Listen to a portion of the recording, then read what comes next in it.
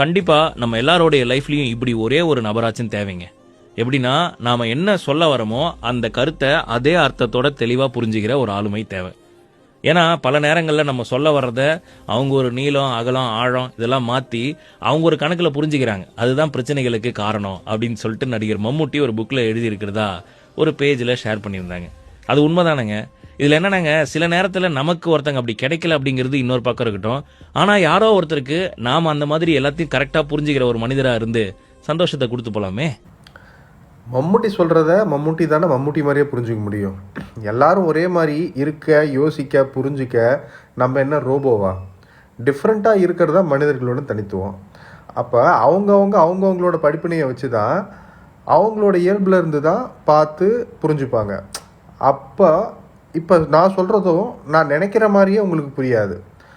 அதாவது ஒரே மாதிரியே புரிஞ்சுக்கிறவங்களா இருந்தால் நம்ம சொல்ல வேண்டிய அவசியமே இல்லையே. டிஃப்ரெண்ட்டாக இருக்கிறதுனால தான் நம்ம சொல்ல வேண்டியிருக்கு. அப்போது டிஃப்ரெண்ட்டாக தான் புரிஞ்சுப்பாங்க. புரியுதா?